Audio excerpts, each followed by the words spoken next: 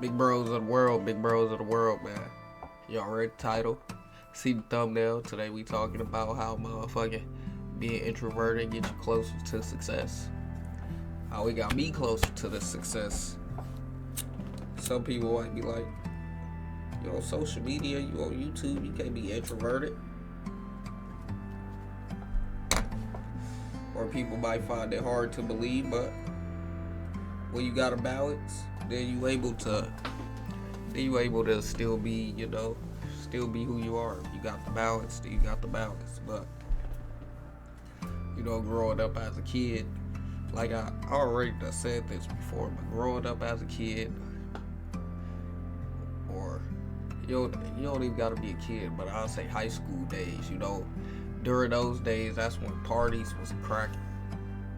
That's when motherfucking, what was it called? Fresh jump fresh. I don't know what that shit. I don't know what that shit was called, but it used to be like these parties going on. There used to be the regular street parties going on, block parties. Then it used to be like parties where they have motherfucking like, they had Lotto come there before. They had these young rappers and shit like that coming up, shit like that. But growing up, shit, I'm trying to remember. Growing up, I never went to a party. I was never the guy going to the party, things like that. I was never the one distracted enough to go sit at a party. What we finna do at a party? Motherfucking everybody just hovering around each other, getting sweaty, dancing on each other all day. And most of the time, people ain't finna be dancing on each other. It's gonna be the people standing on the wall. It's gonna be people, the main people gonna be probably dancing in the middle. Then it's gonna be the other people trying to look for fights, trying to look for shit like that. So growing up, that parties was never my thing. Shit, most of the time, going outside and trying to play with other people wasn't even a part of my ordeal or a part of my type of living. Most of the time, I stayed to myself. If you talk to me and you knew me. If you did it, you did it. Most of the time, I was the quiet nigga unless you knew me.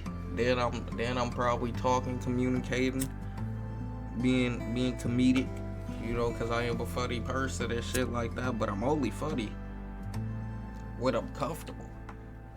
Only funny when I'm comfortable around, around the group to communicate and shit like that. But most of the time, a lot of people, distractions be the outside environment, the worldly things. Like,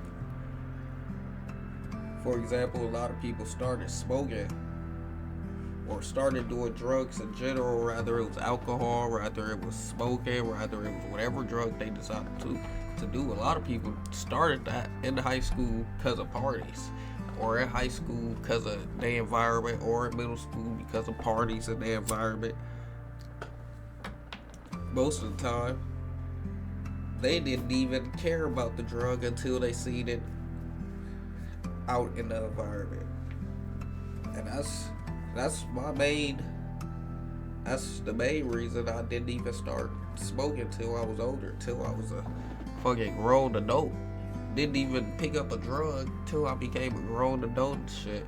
But a lot of people, like I already said, not no knock or whatever, but a lot of people, they extroverted or they want to be extroverted, so they want to go out, they want to motherfucking be around people, they want to motherfucking do this and do that. And most of the time when you around people, like they always say, if it's motherfucking 5 broke people and you the 6th one, you 6th person, guess what? It's gonna be very likely for you to be broke before you be rich around 5 broke people. It's just the way life works, now. Statistically, That's the way life works. But you don't gotta follow statistics. You could be the anomaly. There's such things as anomalies. I'm a numbers guy, so I'm more on the what's probable. I'm more on the probable side. I'm more so be on the probable side, but there's always anomalies in the world. And once you realize that, in life will start, doing what they gotta do. But, all I'm basically telling y'all is how being introverted helped me. You feel me? So, motherfucker, yeah, like parties. I was never distracted to go to parties. Never distracted to, like,